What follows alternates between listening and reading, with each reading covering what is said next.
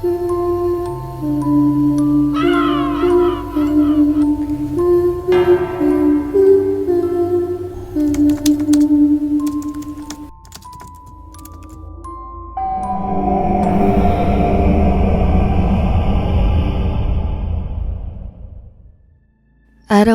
na kalbaryo ng isang normal na empleyado ang pakikipagsapalaran at pakikipagsiksikan sa mga pampublikong sasakyan. At tungkol dyan ang inyong kwentong matutunghayan. Ako nga po pala si Elmer. Isa po akong jeepney driver.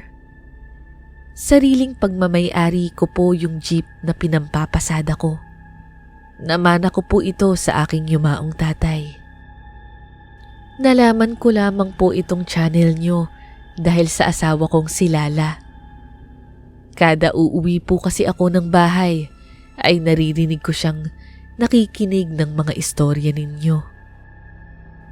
Madalas ko pong makwento sa kanya ang aking mga karanasan habang ako'y namamasada ng jeep, kung kaya't kinumbinsi niya ako na magpadala sa inyo ng aking mga kwentong kababalaghan.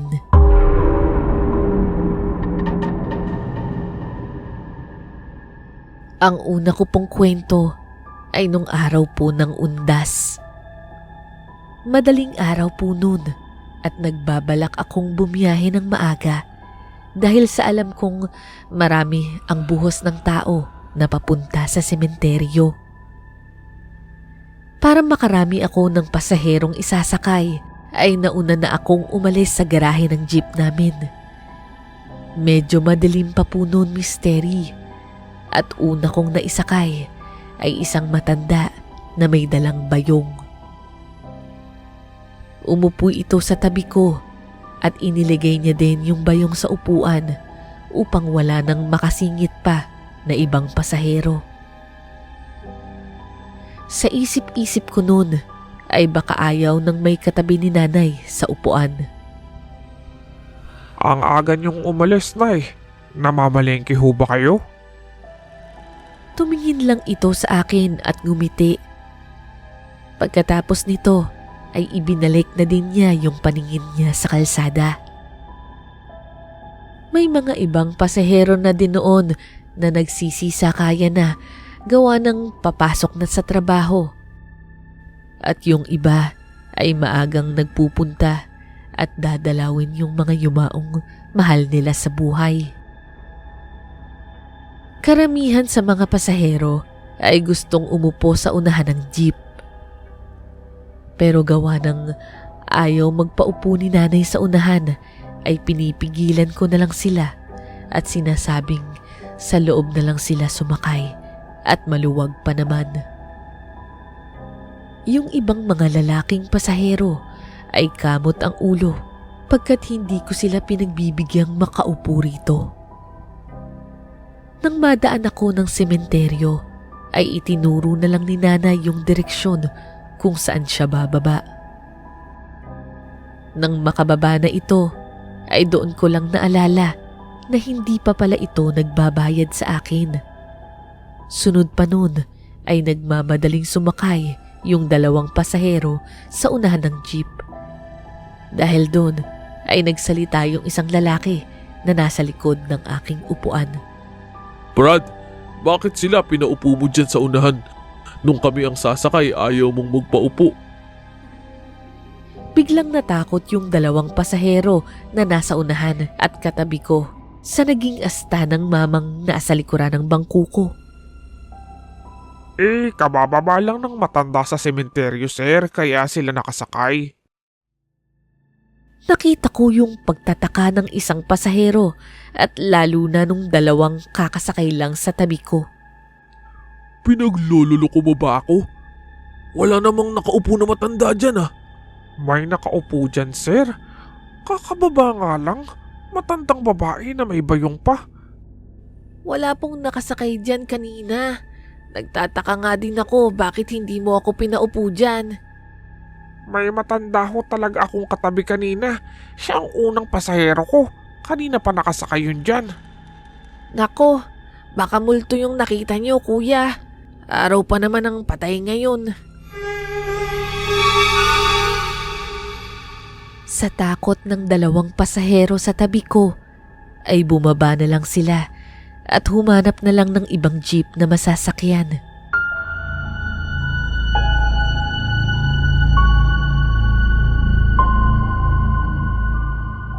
Ang pangalawang kwento ko po ay nang maarkila yung jeep ko para sa isang overnight swimming ng mga magbabarkada.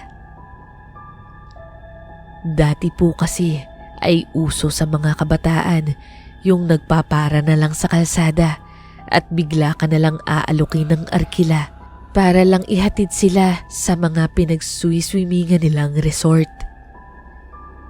Bandang Muntalban po yung resort na paghahatidan ko sa umarkila sa aking mga kabataan. Ginagawa pa yung kalsada nung panahon na yun at sobrang alikabok at dilim ng lugar. Pagkahatid ko doon sa resort ay gusto pa sana akong pakainin pero nagmadali na akong umalis para makabalik na ako sa pamamasada at syempre baka meron pang mga kabataan akong madaanan na aarkila din sa akin papunta sa iba pang resort.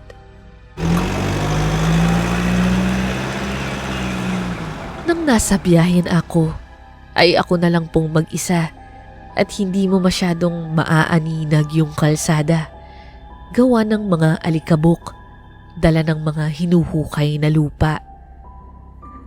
Paahon at palusong ang kalsada, kaya kailangan ng dobleng ingat. Hanggang sa may nakita akong pasahero na pumapara sa may barracks ng construction. Babae ito at malamang sa tingin ko ay asawa ito o tindera sa lugar. Hindi naman ako nagdalawang isip at mukhang wala naman siyang gagawing masama sa akin, kaya sinakay ko naman siya. At sa tabi ko ito sumakay. Miss, anong ginagawa mo dyan sa lugar na yan? Hindi ba delikado dun at sobrang dilim pa? May asawa po akong nagtatrabaho doon. Hindi po siya makakauwi ngayon, kaya pinapunta niya na lang ako para makuha ko yung sahod niya. Nung panahon po yun, Miss Terry, ay hindi pa po uso yung mga pera padala. Hindi ka man lang hinatid ng asawa mo? Hinatid niya po ako.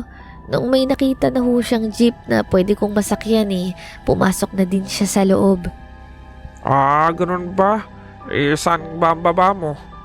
Paglagpas lang din po dyan sa hinuhukay na kalsada. May kalaliman din po kasi yung daan, Miss Terry. Halos bangin na ito. Kaya ganoon na lang yung pag-iingat ko. Dahil wala rin masyadong ilaw rito. Hanggang sa maya-maya ay nagsalita na ito sa akin. Diyan na lang po, kuya.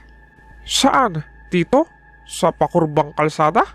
Oo, dito na lang ho ako. Bakit dito? Sigurado ka ha? Oo, dyan nga po ako. Malapit na lang ako kung saan ako na aksidente at nahulog sa bangin.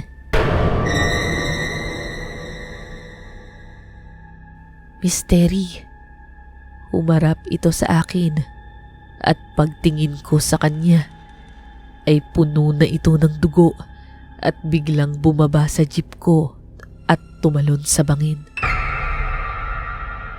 Grabe ang takot ko nung panahon na yon, Misteri. Dahil sa pagkagulat ko ay muntik na din akong maaksidente sa lugar dahil sa pakurba nga ito. At isa pa ay wala namang harang sa kalsada. Nung aking ipagtanong sa iba kong mga kasamahang driver, ay may naaksidente nga sa lugar na yun.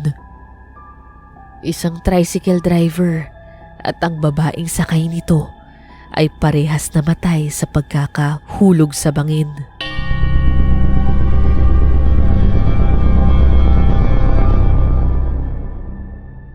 Ang huling kwento ko, Misteri, ay ang pinaka kinikilabutan akong kwento. Kahit hanggang ngayon Habang sinusulat ko ito, ay hindi ko mapigilang manlamig sa aking kinauupuan.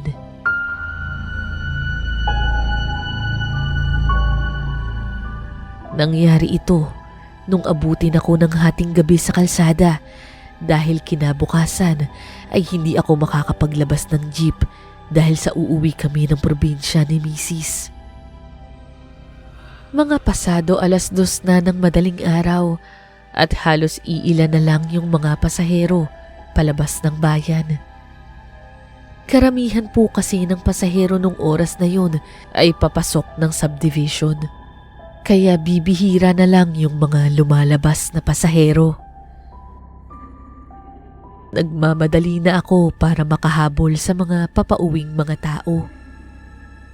May kabilisan ang pagtakbo ko noon nang may makita ako sa malayo na isang lalaki ang pumapara.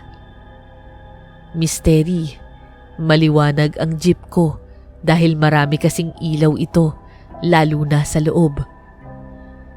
Kaya alam kong tanaw agad ito mula sa malayo. Huminto ako sa tapat mismo ng lalaking pumara sa akin. Tumingin pa ito sa paligid at tila ba nagdadalawang isip sa pagsakay. Iiwan ko na sana siya nang bigla itong kumilos at naglakad papunta sa likod ng jeep. At doon siya nakapwesto sa may dulong upuan. Ang sabi ko na lang sa sarili ko noon, baka may balak pa itong mag 1, 2, 3 Madilim sa lugar ng subdivision, kaya uso ang hulda pa noon dahil sa kawalan ng mga ilaw at mga barangay na rumoronda. Kaya nagdoble ingat ako. Paminsan-minsan ay tinitingnan ko yung lalaki sa may rearview mirror ko. Napapansin ko na kapag nakatingin ako sa kanya ay babaling nito yung tingin niya sa labas ng jeep.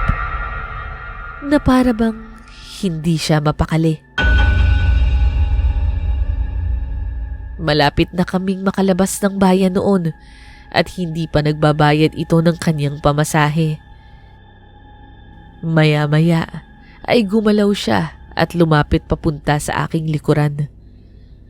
Humawak na ako ng tubo noon, Misteri, dahil baka kung ano ang gawin ng lalaki sa akin. Madilim pa naman nung lugar na yun at kaming dalawa lang ang nasa loob ng jeep. Naramdaman kong nasa likod na siya ng upuan ko at biglang inabot nito ang kamay niya sa akin. Bayad po, kuya. Huwag niyong masamain, ha? Bakit? Ano ba yun? Huwag na ho kayong tumuloy sa pamamasada. Kung maaari din po, pag uwi niyo mamaya, maligo kayo at pakisunog na din po yung ginamit niyong damit ngayon. Kung may lakad din kayo huwag muna kayong lumabas ng bahay. Ano? Bakit naman? Kanina po kasi nung huminto kayo sa akin, wala kayong ulo.